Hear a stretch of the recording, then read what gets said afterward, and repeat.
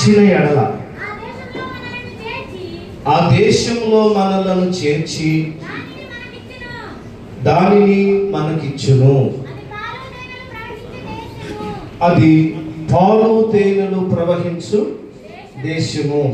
సంఖ్యాకాండము 14వ అధ్యాయము 8వ వచనం. ఈ వచనం ఏం చెప్తుందంటే, ఇప్పుడు చదవండి. యెహోవా చాలు అల్లెలు చెప్తాం. ఇక్కడ దేవుడంట మన యందు ఆనందించాలి అని కోరుకుంటున్నాడు. ఏంటంటే ఏం కోరుకుంటున్నాడు?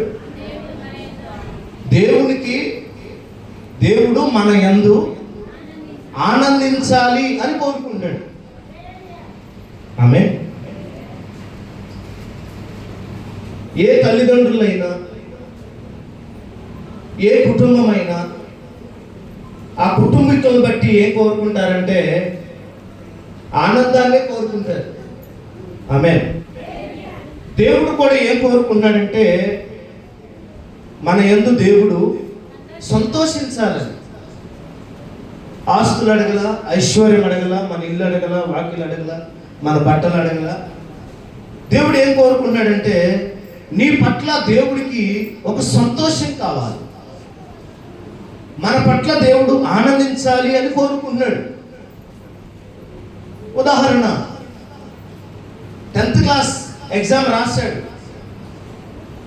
కూతురైనా కొడుకైనా. రాసిన తర్వాత ఆ తండ్రికి ఆ దగ్గర వాళ్ళు ఎవరైనా తెలిసిన వాళ్ళు లేదా ఫోన్ చేసో కలిసో, అయ్యా మీ కూతురు పాస్ అయింది సార్, మీ కొడుకు పాస్ అయ్యాడు అని చెప్తే ఎలా ఉంటుంది ఆ తండ్రికి? చెప్పండి. అసలు మావుడు పాస్ అవ్వడం ఏంటి? ఏ రోజు సరిగ్గా అంటే బడికి వెళ్ళినోడు కాదు, సరిగ్గా చెప్పిన మాట విన్నోడు కాదు. ఇలాగ ఉన్న వాళ్ళు పాస్ అయ్యారు అనగానే ఆ బిడ్డను బట్టి ఆ తండ్రికి ఏం కలుగుతుందంటే సంతోషం కలుగుతుంది. ఆమేన్. హల్లెలూయా, హల్లెలూయా. మీరు పగలల్లా పనికెళ్ళి వచ్చి సహోదరి, సాయంత్రం మీరు వచ్చేటప్పటికల్లా సహోదరులు, అన్నవాళ్ళు, తమ్ముడు వాళ్ళు మీరు చేయాల్సిన పనులన్నీ చేసి డైనింగ్ టేబుల్ మీద భోజనం పెడితే ఎలా ఉంటుంది? ఎందుకు చేసావు అంటారా? ఇంకోసారి చేయరు. సంతోషపడతారు లేదా? పైకి అనకపోయినా కొంతమంది పైకి చెప్పరు, లోపల మాత్రం కదా మెచ్చుకుంటారు. ఎంత సంతోషం అనిపించింది. నువ్వు పనులంతా అలసిపోయి వచ్చి నువ్వు చేయాల్సిన పనులు అన్నీ భర్త చేసి చక్కగా రెడీ చేసి ప్రిపేర్ చేసి ఆ డైనింగ్ టేబుల్ మీద పెట్టే కాడికి వచ్చాకే నీకు ఎంత ఆనందం ఉంటుంది కదా, చాలా సంతోషం. అబ్బా ఏ దేవుడు కరుణించాడో అన్నా కదా. అందుకే వాతావరణం ఎలా ఉందంటారు. ఆమె నల్లవైరు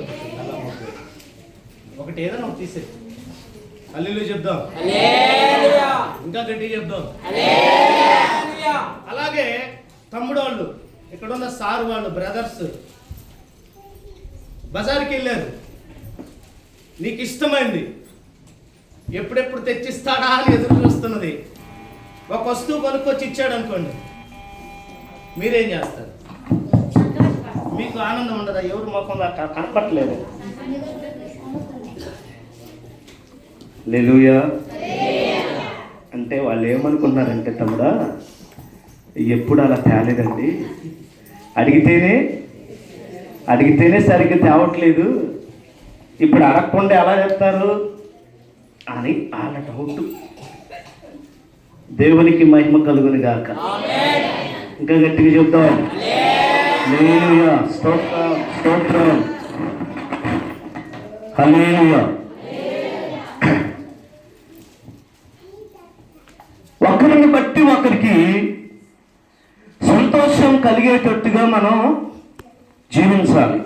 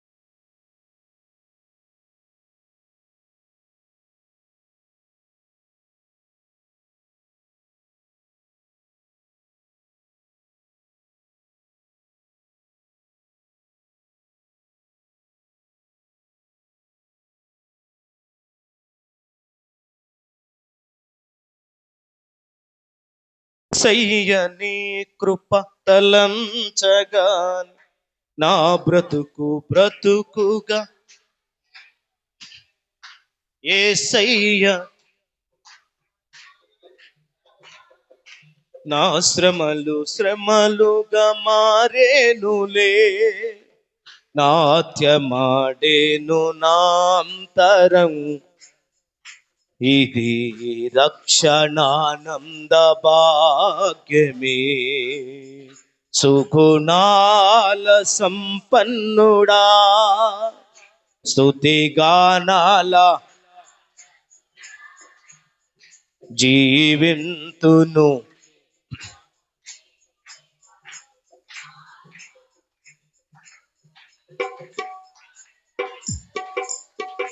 దేవునికి మహిమ కలుగును గాక. ఇక్కడ చూడ ఆశ్చర్యకరమైన విషయం ఏంటంటే దేవుడు ఆమె జీవితాన్ని మార్చాడు. ఆమె హృదయ లోతుల్లో గుండా వెళ్ళాడు. ఆమె ఏ మిస్టేక్ లో ఉందో, ఏ పాపంలో ఉందో దేవుడు ఆమెతో మాట్లాడాడు. ఆమెకు ఆ రోజు అర్థమైన విషయం ఏంటంటే ఇదిగో ఇతడు మెస్సయ్యో, ఈయన దేవుడు, నేను చేసినవన్నీ నాతో చెప్పిన వాడితను. దేవునికి మహిమ కలుగును గాక. నేను చేసినవన్నీ నాతో చెప్పినవాడు. ఈరోజు మనం చేసినట్టు మనం చెప్తే ఒప్పుకుంటారా? సహిస్తారా? సహించరండి, ఒప్పుకోరండి. నిజమే అయ్యగారు అనరు, అలుగుతారు, మందిరానికి రారు, మానేస్తారు. అవసరమైతే ఇంటికాడ కూర్చొని సొల్లు కబుర్లని చెప్పుకుంటారు, కానీ బ్రతుకును మాత్రం మార్చుకోరు చాలా మంది. ఆమె చేసినవన్నీ చెప్పాడట. దేవునికి మహిమ కలుగును గాక. ఏం చేసిందండి ఆమె? మందిరం కట్టించింది, స్థలం ఇచ్చింది. చెప్పండి, ఏం చేసింది ఆమె?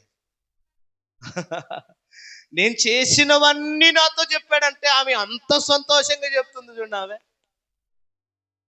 మనం చేసిన ఒకటో రెండో మైకులో చెప్తేనే, వాక్యంలో చెప్తేనే ఎంత కోపమో. ఆమె చేసినవన్నీ యేసయ్య చెప్పాడంటండి. అమ్మా, నువ్విచ్చే నీళ్లు తాగితే నాకు మరలా తప్పికవుతుందమ్మా. ఈరోజు నీకు కావాలి ఒక ఉన్నతమైన నీళ్లు, నీ బ్రతుకును మార్చే నీళ్లు, నీ జీవితాన్ని మార్చే నీళ్లు ఈ బావిలో లేవో. అవి ఇక్కడ కనబడే బావిలో దొరికే నీళ్లు కాదు, అవి జీవ జలపు ఊట. జీవ జలపు ఊట.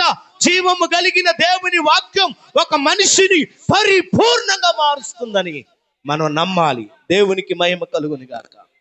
యేసయ్య ఆమెతో మాట్లాడుతూ ఉండగా ఆమె ఆలోచిస్తుంది, నేను చేసినవన్నీ ఈయనకి ఎలాగ తెలుసు?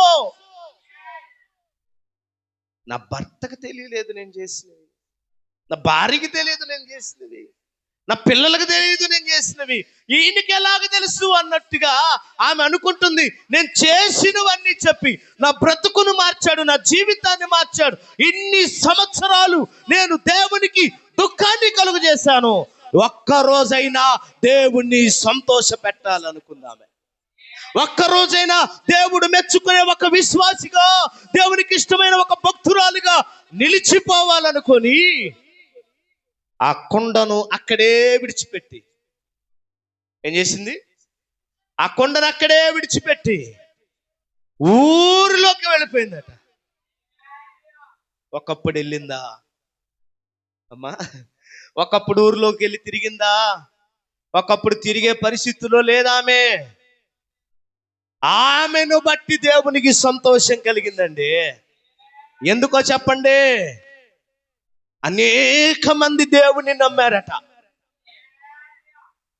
ఈరోజు మనం నీతిమంతులు అని గొప్పగా చెప్పుకోవటం వల్ల దేవుడు సంతోషిస్తాడో నాకు తెలియదు, కానీ నలిగిపోయిన, వేసారిపోయిన, దెబ్బతిన్న, పడిపోయిన నీతిమంతులు 7 మార్లు పడిపోయిన తిరిగి మరలా లేపబడిన వారిని బట్టి దేవుడు సంతోషిస్తాడండి. దేవునికి మహిమ కలుగును గాక.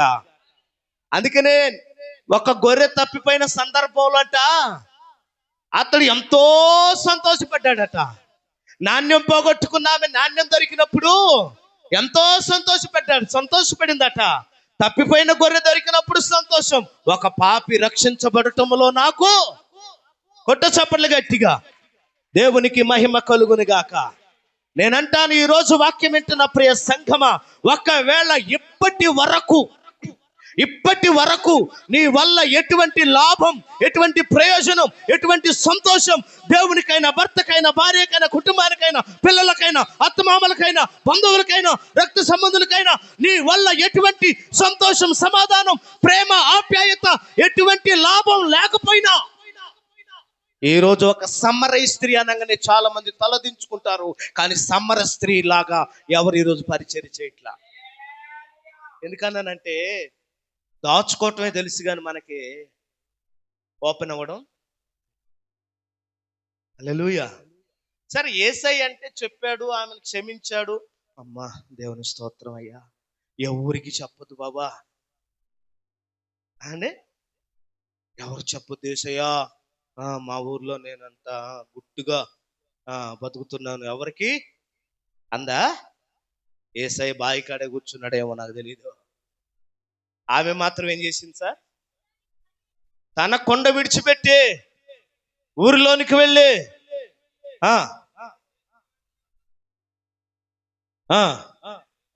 ఈయన క్రీస్తు కాడా అనిరి. అంటే క్రీస్తు ఏమై ఉన్నాడని అర్థం ఆమె దృష్టిలో. పాపాలను క్షమించేవాడు, బ్రతుకులను మార్చేవాడు, జీవితాన్ని మార్చేవాడు, అసమాధానాన్ని సమాధానంగా ఇచ్చేవాడు, ప్రాపి యొక్క ప్రతి మలినమని కడిగివేసి పవిత్రపరిచే, పునర్జన్మనిచ్చే, మోక్షాన్నిచ్చే క్రీస్తు అన్న సంగతి ఆమెకు తెలుసండి. దేవునికి మహిమ కలుగును గాక. హల్లెలూయా. ఒక్క పాపి రక్షణ విషయంలో నాకు సంతోషం అన్నాడు. ఇక్కడ ఒక్క పాపిని కదా ఆమె నడిపించింది. ఆ వచనం పూర్తి చేయండి, ఇందాక మీరు చదివారు.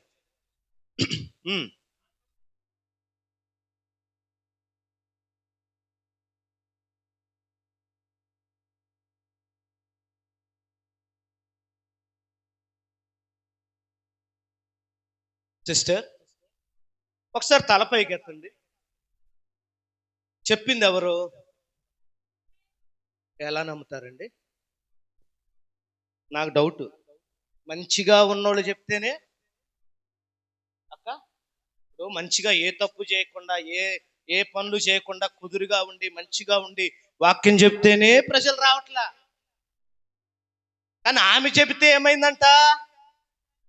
చెప్పండి, ఎందుకు చెప్పండి?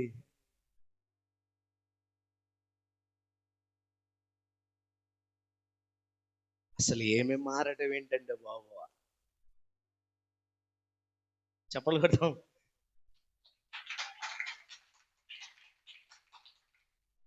ఒక్కళ్ళు కాదంట, 5 హస్బెండ్స్, 5 మెంబర్స్ హస్బెండ్స్. ఎంతమంది ఉన్నారు ఏమండి? అంతమంది ఆమె ఇంటికి వచ్చిపోతున్న మనిషి ఏమైంది? మారింది. ఆమె చెబితేనే ప్రభునందు విశ్వాసం ఉంచితే, దేవుని దగ్గర నడిపించబడితే, మరి నిన్ను బట్టి దేవుడు ఏ రోజు సంతోషపడాలి? ఇది దేవుడు నిన్ను అడుగుతున్నాడు ఈరోజు. హల్లెలూయా చెప్దామా? ఈరోజు దేవుడు నిన్ను క్వశ్చన్ చేస్తున్నాడు. మనం అనుకుంటున్నాం, నా మట్టుకు నేను మందిరానికి వస్తున్నా, నీతిమంతుడిగా ఉన్నా, నేను సిగరెట్ తాగలా, బీడి తాగలా, మందు తాగలా, వ్యభిచారం చేయాలా, అది చేయాలి, ఇది చేయలేదని గొప్పగా చెప్పుకున్నాం. అది నీ మట్టుకు ఓకే, కానీ నిన్ను బట్టి దేవుడు సంతోషపడాలి ఒకరోజు. ఏది దేవునికి సంతోషమయ్యా అంటే, ఒక పాపి రక్షణలోకి నడిపించబడుట దేవునికి సంతోషము. హల్లెలూయా. ఆ సమరయ స్త్రీ అనగానే చాలా మంది సంఘాలలో తలదించుకుంటారు, కానీ ఇక్కడ సమరయ స్త్రీ ఏమై ఉందో రూపాంతరంగా దేవుడు మాట్లాడుతున్నాడు. హల్లెలూయా చెప్దామా? నేనంటాను, అక్కడున్న వారు నీతిమంతులు, తెల్ల వస్త్రాలు వేసుకొని సద్కాయలు, శాస్త్రులు, పరిసయ్యులు కంటే ఎవరు గొప్ప తెలుసా? ఆ సమరయ స్త్రీయే గొప్ప. ఎందుకు? ఊరు కదిలిందండి. కొట్ట చప్పట్లు గట్టిగా. ఊరే దేవుని దగ్గరికి నడిపే. అద్భుతాల కోసం రాలేదు వాళ్ళు అక్కడ. దేనికోసం? అద్భుతాలు, రోగాలు, దెయ్యాలు పోగొట్టుకోవడానికి కాదంట. వారందరూ దేవుని నమ్మారంటే రక్షించబడ్డట్టే అర్థం. ఒక్క పాపి కదిలితే, ఒక్క మనిషి బయటికి వస్తే తన బ్రతుకును, జీవితాన్ని మార్చుకొని యేసయ్య కోసం రండి, యేసు ప్రభుని నమ్ముకోండి, నా బ్రతుకును మార్చిన యేసయ్య ఒకప్పుడు సినిమాలో, ఒకప్పుడు షికారులో, ఒకప్పుడు మందో, ఒకప్పుడు పేకాట, ఒకప్పుడు జోదము, ఒకప్పుడు కొట్లాట, ఒకప్పుడు ఎలా బ్రతికిన నేను మారాను. మారడానికి గల కారణము నా యేసు అని చెబితే రారా? చెప్పండి గట్టిగా. నువ్వు చెప్పాలి. నిన్ను బట్టి ఇన్ని సంవత్సరాలు ఏడ్చాడు యేసయ్య. నిన్ను బట్టి ఇన్ని సంవత్సరాలు ఏడ్చాడు నీ భర్త, భార్య, కుటుంబం అందరూ. ఒక్కరోజైనా నిన్ను బట్టి సంతోషించే ఒక మహత్తరమైన కార్యం చేయడానికి నువ్వు పూనుకోగలిగితే ఈరోజు దేవునికి మహిమ కలుగును గాక. అందుకన్నాడు మోషే రాస్తున్నాడు సంఖ్యాకాండంలో, ఇదిగో దేవుడు మన పట్ల ఆనందించాలి అని అంటే, మనం ఆ కనాను దేశానికి ప్రవేశించాలంటే దేవుడు మన పట్ల ఏమవ్వాలి? ఆనందించాలి. మన పట్ల దేవుడు సంతోషించాలి. దేవునికి మహిమ కలుగును గాక. ఆ స్త్రీ తన జీవితం అనే కుండ, పాపం అనే కుండను అక్కడే వదిలిపెట్టిందండి. వదిలిపెట్టి వెళ్ళింది. ఏ ఊరికైతే తలెత్తుకొని వెళ్ళలేకపోయిందో కొన్ని సంవత్సరాలు. నేనంటాను, కొన్ని సంవత్సరాల పాటు ఒకవేళ నీకు సమాధానం లేని వ్యక్తిగా ఉన్నావా? కొన్ని సంవత్సరాల పాటు తలదించుకున్న వ్యక్తిగా ఉన్నావా? కొన్ని సంవత్సరాల పాటు నెమ్మది లేని వ్యక్తిగా ఉన్నావా? యేసయ్య వాక్యాన్ని నీ హృదయంలో చేర్చుకొని బ్రతుకును మార్చుకొని నువ్వు నిలబడితే నిన్ను బట్టి దేవుడు సంతోషపడతాడండి.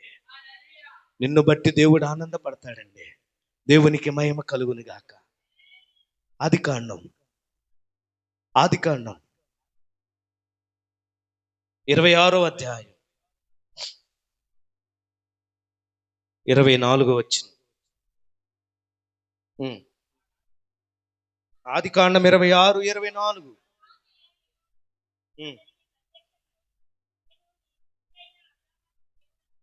ఆ రాత్రి యెహోవా అతనికి ప్రత్యక్షమై, నేను నీ తండ్రి అయిన అబ్రహాము దేవుడను, నేను నీకు తోడై ఉన్నాను గనక భయపడకము. ఇక్కడ రాసుకోండి, అండర్లైన్ చేసుకోండి. నా దాసుడైన అబ్రహామును బట్టి, నా దాసుడైన అబ్రహామును బట్టి నిన్ను ఆశీర్వదించి నీ సంతానమును విస్తరింపజేసేదను. దేవునికి మహిమ కలుగును గాక. ఇంకా గట్టిగా చెప్దాం, ఇంకా గట్టిగా చెప్దాం. ఇక్కడ ఇస్సాకు గొప్పతనం గురించి చెప్పట్లా. ఇస్సాకు యొక్క భక్తిని గురించి దేవుడు మాట్లాడలేదు. ఇస్సాకుకు చెప్తున్నాడు, నీ తండ్రి, నా దాసుడు నీ తండ్రి అయిన అబ్రహామును బట్టి నిన్ను ఆశీర్వదిస్తాను. హల్లెలూయా చెప్దామా? హల్లెలూయా చెప్దామా? ఒక తండ్రిగా, ఒక తల్లిగా, ఒక కుటుంబ యజమానుడిగా నీ పిల్లలకి దేవుడు ఏ మాట చెప్తున్నాడు? మన పిల్లలకి దేవుడు ఏ మాట చెప్తున్నాడు? ఈరోజు నువ్వు ఇంతగా ఎదిగావు, ఇంతగా బలపడ్డావు, ఇంతగా ఉన్నతమైన స్థానంలో ఉన్నావు అంటే ఇస్సాకు పేరు ఈరోజు నువ్వు పెట్టుకోవాలి. ఏం పేరు? నీ పేరు ఇస్సాకు అని పెట్టుకో. నీ తల్లిదండ్రుల పేరు అబ్రహాం అని పెట్టుకో. వాళ్ళు చేసిన భక్తిని బట్టి, వాళ్ళు చేసిన ప్రార్థనలు బట్టి, వారు చేసిన ప్రయాసను బట్టి, పరిచర్యను బట్టి ఒకవేళ ఈరోజు నువ్వు ఆశీర్వదించబడుతున్నావేమో. హల్లెలూయా చెప్దామా? మందేమి లేదనుకో మాకండి.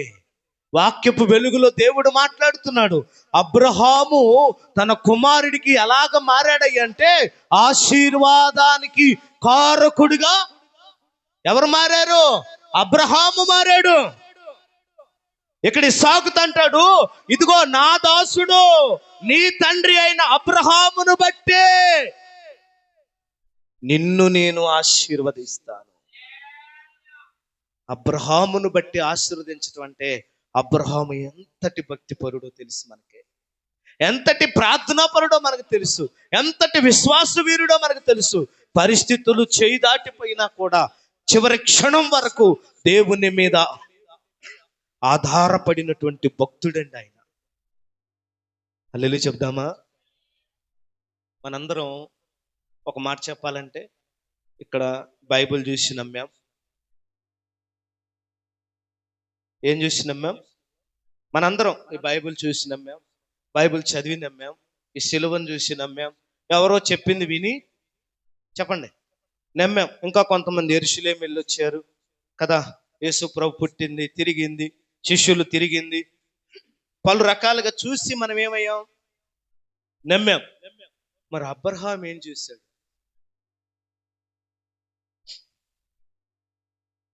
హల్లెలూయా చెప్పండి.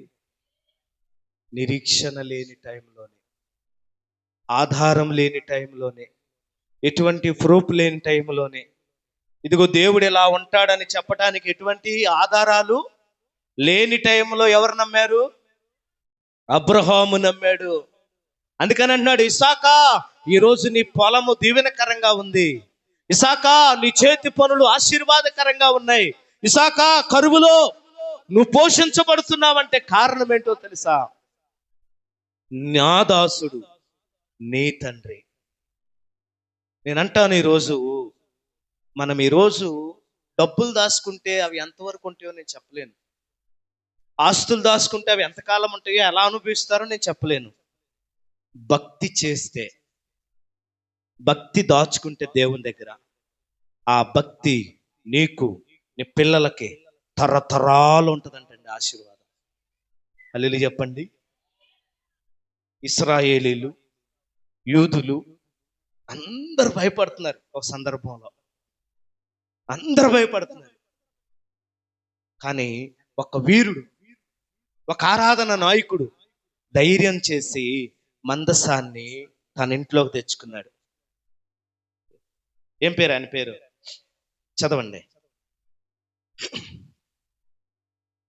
సమూయేలు 2వ గ్రంథం 6వ అధ్యాయం 11వ వాక్యం. యెహోవా మందస్సము 3 నెలలు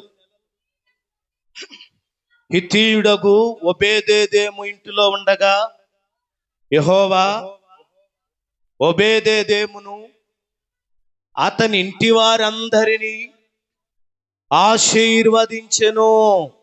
దేవునికి మహిమ కలుగును గాక. అందరు చెప్దాం. మందసం ఏ పరిస్థితుల్లో వస్తుంది అక్కడ? వాస్తవానికి మందసం పట్టబడి ఉంది. పట్టబడి ఉన్నటువంటి మందసాన్ని విడిపించుకొని తీసుకొని వచ్చారు. తీసుకొని వస్తా ఉండగా కొత్త ఎడ్లు, కొత్త బండి సిద్ధపరిచారు.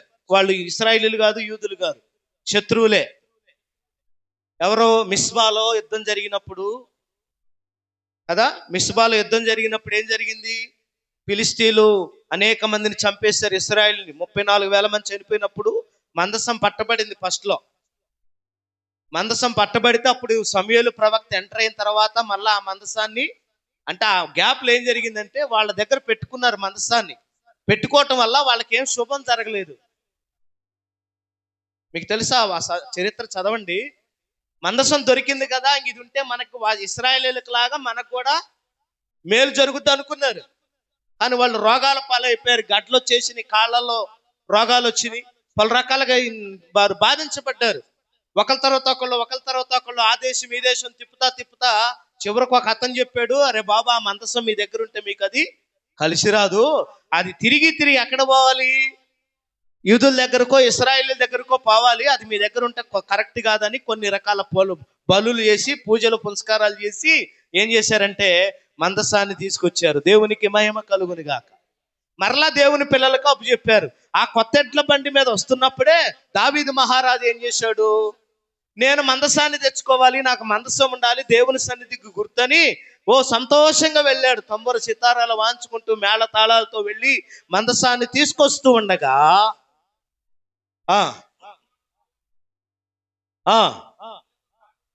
ఎడ్లకు కాలు జారినందున ఉజ్జియా చేయి చాపి దేవుని మందస్సమును పట్టుకొనగా యెహోవా కోపము ఉజ్జియా మీద రగులుకొనెను.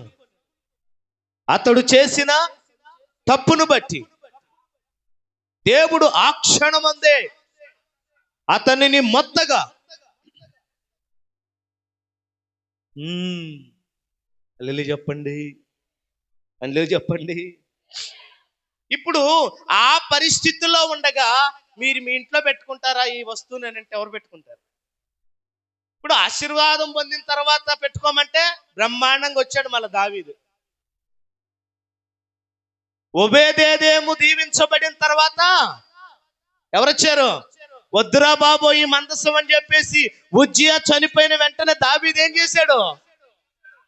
ఆ మందసాన్ని అక్కడే వదిలేశారు, నడి రోడ్డు మీద వదిలిపెడితే ఒబేదేదేము తీసుకొని వచ్చి తన ఇంట్లో పెట్టుకున్నాడండి. హల్లెలూయా చెప్దామా? చదవండి. ఉమ్ ఉమ్ ఉమ్ ఉమ్ ఉమ్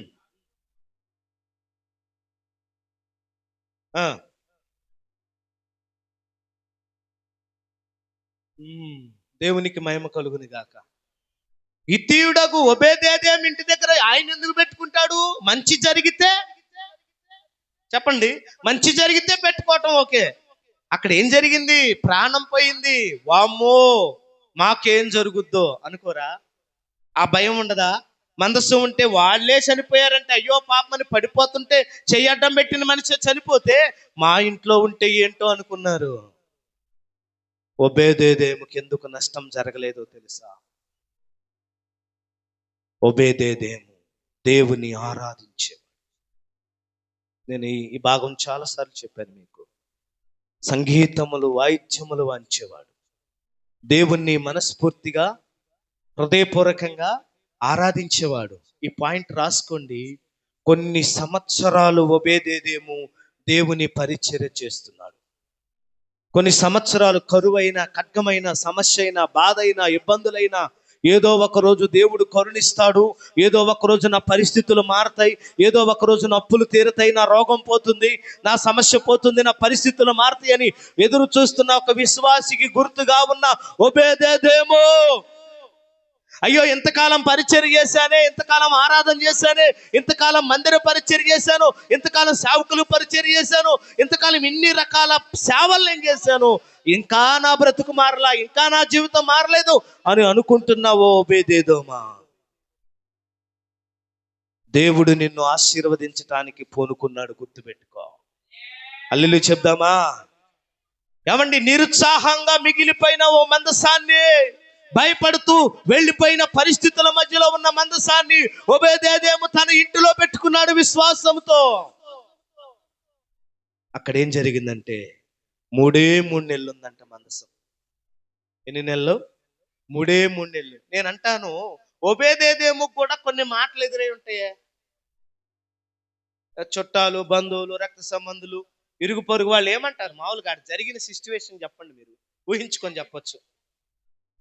ఉజ్జియా అంతటోడే చనిపోతే నువ్వేంద్రా భయం లేకుండా, అమ్మో ఆ మందసాన్ని ఇంట్లో పెట్టావు, నీకు కూడా కీడు వస్తుంది, నీ పిల్లలు చచ్చిపోతారు, భార్య చచ్చిపోతే, అదవుద్ది ఇదవుద్ది అని బహుశా చెప్పుండొచ్చు నీ బోటోళ్ళు, నా బోటోళ్ళు. హల్లెలూయా చెప్పండి. నా దేవుడు కక్ష సాధింపు చూసుకునేవాడు కాదు. నా దేవుడు హత్య చేయటానికి పూనుకునేవాడు కాదు. ఉజ్జియా చనిపోవటానికి వేరే రీజన్ ఉంది. హల్లెలూయా చెప్దాం. వేరే కారణం ఉంది. మందసాన్ని ఎవరు పడితే వాళ్ళు పట్టుకోకూడదండి. దానికి ఒక నిబంధన ఉంది, దానికి ఒక నిబద్ధత ఉంది. ఎవరు పడితే వాళ్ళు ఏది పడితే చేయటానికి లేదు. మందిరంలో, మందిర విషయంలోనే దేవుడు వదిలిపెట్టలేదండి. ఎవరిని? ఉజ్జియా. దినవృత్తాంతాల గ్రంథంలో ఉజ్జియా ఏం చేశాడు? మందిరం కట్టించాడు ఆయనే.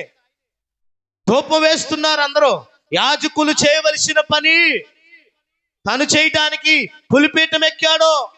యాజకులందరూ, అయ్యా అది నీ పని కాదయ్యా, నువ్వు రాజుగారు అయ్యా, నువ్వు మందిరం కట్టించుండొచ్చు, వస్తువు ఇచ్చుండొచ్చు, బంగారం ఇచ్చుండొచ్చు, కిరీటం తయారు చేసి ఉండొచ్చు, మందిరమే మొత్తం నువ్వు కట్టినా సరే నీకు అధికారం చెప్పాలి. లేదయ్యా. దేవునికి మహిమ కలుగును గాక. ఈరోజు కొంతమంది చిన్న చిన్న ఏదేదో దేవునికి చేసి అంతా మా చేతుల మీదే జరుగుతుంది, మేము లేకపోతే జరగదు అనుకునే వాళ్ళు ఉన్నారా? అది తప్పు. అల్లెలు చెప్పండి. అలా అనుకోకూడదు.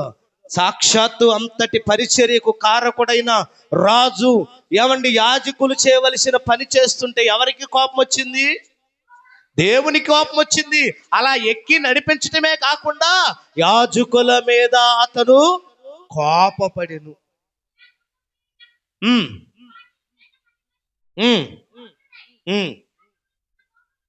ఎందుకు యాజకుల మీద కోపం? పాస్టర్ గారి మీద ఎందుకు కోపం వస్తుంది చెప్పండి. రే బాబు ఇది తప్పురా నాన్న, ఇది అమ్మ చెల్లి తప్పమ్మా, అక్క ఇది తప్పు, ఇలా చేయకూడదు, ఇలా ఉండాలి మీరు అని అంటే ఏమవుతుంది? కోపం.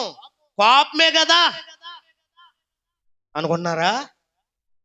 పాత నిబంధన గ్రంథంలో ఎంత సీరియస్గా తీసుకుంటే ఇప్పుడు దేవుడు సీరియస్గా తీసుకోడు అనుకుంటున్నారా? ఒకవేళ ఇక్కడ భూమి మీద నీకు కుష్టు రాకపోవచ్చు కదా, ఇక్కడ నీ చేయి పడిపోవచ్చు, కుష్టు రాకపోవచ్చు, నీకు ప్రమాదం జరగకపోవచ్చు, నీకు అన్ని బాగానే ఉండొచ్చు.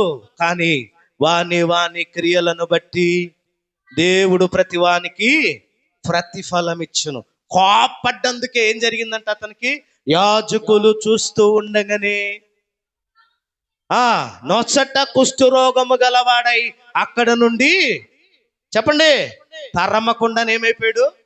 పారిపోయాడు. నీ మాట ఎందుకు చెప్తున్నానంటే మందస్సానికి ఒక ప్రత్యేకమైన విలువ ఉంది, దేవుని సన్నిధికి ఒక ప్రత్యేకమైన విలువ ఉంది.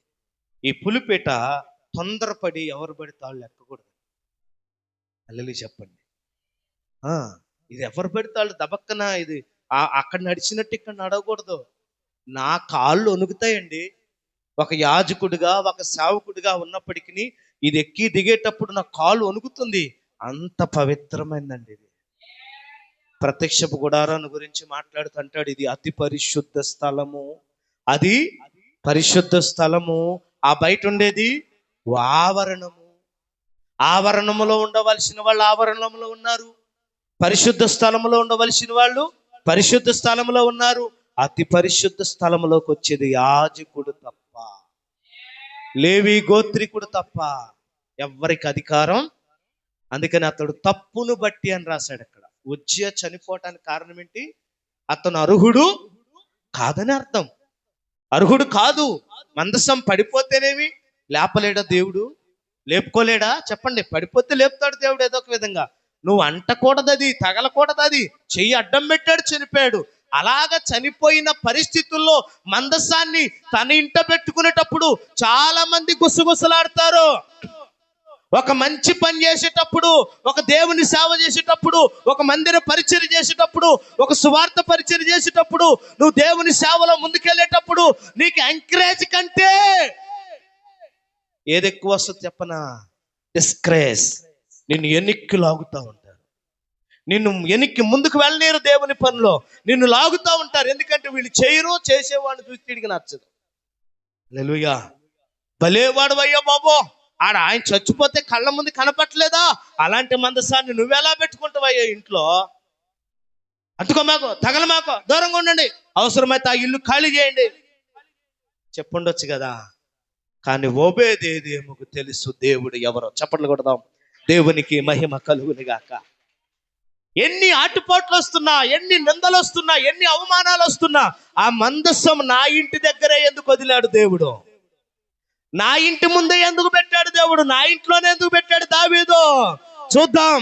యేసుక్రీస్తును నమ్ముకుంటే, ఆ సిలువను మోస్తే, ఆ యేసును మోస్తే జరిగేది నష్టము కాదు, ఆశీర్వాదమేనండి, దీవెనేనండి. ఒకవేళ అనుకోవచ్చు కుటుంబీకులు, ఇదిగో అయ్యో నీ వల్ల పిల్లలకి ఏమైపోయిందో, వాళ్ళకేమైపోయిందో, వీళ్ళకేమైపోయిందో, అందుకే జ్వరాలు వచ్చినాయి, అందుకే రోగాలు వచ్చినాయి, అందుకే అప్పులు ఎక్కువైపోయినాయని ఒకవేళ మాట్లాడుతున్నావా, 3 నెలలు గడిచిన తర్వాత ఓబేదేదోమును బట్టి ఆ మాట చదవండి. దేవుని మందసం ఉండుట వలన యెహోవా ఓబేదేదోము ఇంటి వారిని అండర్లైన్ చేసుకోండి అక్కడ మీరు. తనకు కలిగిన సంతతిని ఆశీర్వదించుచున్నాడని. కొట్ట చప్పట్లు గట్టిగా, ఇంకా గట్టి కొట్టాల. హల్లెలూయా చెప్దామా? హల్లెలూయా చెప్పండి. అందరికీ రావండి సమస్యలు, అందరికీ రావండి శోధనలో. వారి తప్పులను బట్టే. కొంతమంది ఉన్నారు, అరే మేము మందిరం పోతున్నాం, చర్చి పోతున్నాం, దేవుణ్ణి నమ్ముకున్నాం, మా కులం పెద్దదైనా అంత టోళమైన ఇంత టోళమైన దేవుణ్ణి నమ్ముకున్నాం, అయినా మాకు ఎందుకు రోజు అంటే, ఎందుకు వస్తున్నాయి మాకు ఈ శ్రమలు అంటే, నువ్వు నమ్ముకున్నంత మాత్రాన్ని కాదు, బ్రతుకు మారలా, జీవితం మారలా, క్రియలు మారలా, బుద్ధులు మారలా. Yes are no? ఏమీ మారకపోయినా నువ్వేం నమ్ముకున్నావు? యేసయ్యను మాత్రం నమ్మానని చెప్తున్నావు. నమ్మటం కాదు అక్కడ ముఖ్యం, రక్షణ పొందటం కాదు అక్కడ ముఖ్యం, రక్షణను ప్రభు రాకడ వరకు కొనసాగించటం ముఖ్యం. దేవునికి మహిమ కలుగును గాక. నేను యేసు ప్రభు, నువ్వు నమ్మేదండి అంటే బాబు ఎవరైనా నమ్ముతారు యేసు ప్రభుని, అది కాదు ముఖ్యం. నడి రోడ్డు మీద పోయాడు, చర్చి ముందు కాళ్ళు చెప్పులిప్పి ఏం చేస్తాడు? చెప్పులిప్పి దేవుడిని ఎట్ట అంటాడు? నమ్ముకున్నట్టే కదా అతను. హల్లెలూయా చెప్దాం. క్రిస్మస్ పండుగలకు వస్తారు, నమ్ముకున్నట్టే కదా అర్థం. వాళ్ళ దృష్టిలో మేము యేసుప్రభుని, అందరి దేవుళ్ళలాగే యేసుప్రభుని అంటారు. అది కాదు, నమ్ముకోవటం కాదు. దేవుని వాక్యంలో ఉన్న దానికి లోపడాలి దేవుని నమ్మడం అంటే. దేవుని వాక్యానుసారంగా నడవాలి దేవుని నమ్మడం అంటే. అలా లేకపోగా ప్రియమైన దేవుని బిడ్డలారా, దేవుని నమ్మామని చెప్పుకుంటూ బ్రతుకులు మారకుండా, జీవితాలు మారకుండా, ఇష్టానుసారంగా ప్రవర్తిస్తున్నా నీ కుటుంబంలో ఇంకా శ్రమలు ఉన్నాయంటే నీ తప్పును బట్టేనేమో. అందుకే ఉజ్జియాతో అంటున్నాడు, అతని తప్పును బట్టి యెహోవా అతనిని మొత్తగా అతడు అక్కడే చనిపోయాడు. ఏమండి, మరి ఇంట్లోనే పెట్టుకున్నాడు ఓబోదేదోము. ఉజ్జియాకు మరణమేలా, ఓబేదేదోముకు ఆశీర్వాదమేలా. దేవునికి మహిమ కలుగును గాక. ఈ దేవుణ్ణి నువ్వు నమ్మావా మనస్ఫూర్తిగా, ఆరాధిస్తున్నావా మనస్ఫూర్తిగా? 3 విషయాలు దేవుడు ఈరోజు మనతో మాట్లాడాడు. ఒకటి, సమరయ స్త్రీ వలన దేవుడు సంతోషపడ్డాడు. ఓబేదేదోము వలన తన కుటుంబం సంతోషపడ్డంది. అబ్రహాము వలన ఇస్సాకు సంతోషపడుతున్నాడు. నీ వల్ల నీ కుటుంబం సంతోషంగా ఉందా? ఇది ప్రశ్న ఈరోజు. నీ వల్ల దేవుడు, నా వల్ల దేవుడు సంతోషపడుతున్నాడా? మనల్ని మనం పరిశీలన చేసుకుందాం, మనం పరీక్ష చేసుకుందాం. దేవుని సన్నిధిలో లేచి నిలబడదాం. దేవుని సన్నిధిలో ఇదిగో అందరూ ఇదేం బ్రతుకు, ఇదేం జీవితం అంటున్నా ఆ స్త్రీని బట్టి దేవుడు సంతోషపడ్డాడు. ఒకరోజు ఆమె అనేక మందిని ప్రభు దగ్గరికి నడిపించింది. ఒకరోజు నీతిగా, యథార్థంగా, ప్రజల దృష్టిలో గొప్పగా, ఏ తప్పు చేయలేదని గర్వంగా అతిశయపడుతున్న వారి కంటే నలిగిపోయిన బ్రతుకుల్లో ఉన్నవారు చేసే పనులు, నలిగిపోయిన, వేసారిపోయిన, దెబ్బతిన్నవారు తిరిగి రిలీజ్ అయి బ్రతుకును మార్చుకొని దేవుని నామానికి మహిమకరంగా బ్రతికిన వారిని బట్టి దేవుడు సంతోషపడుతున్నాడు.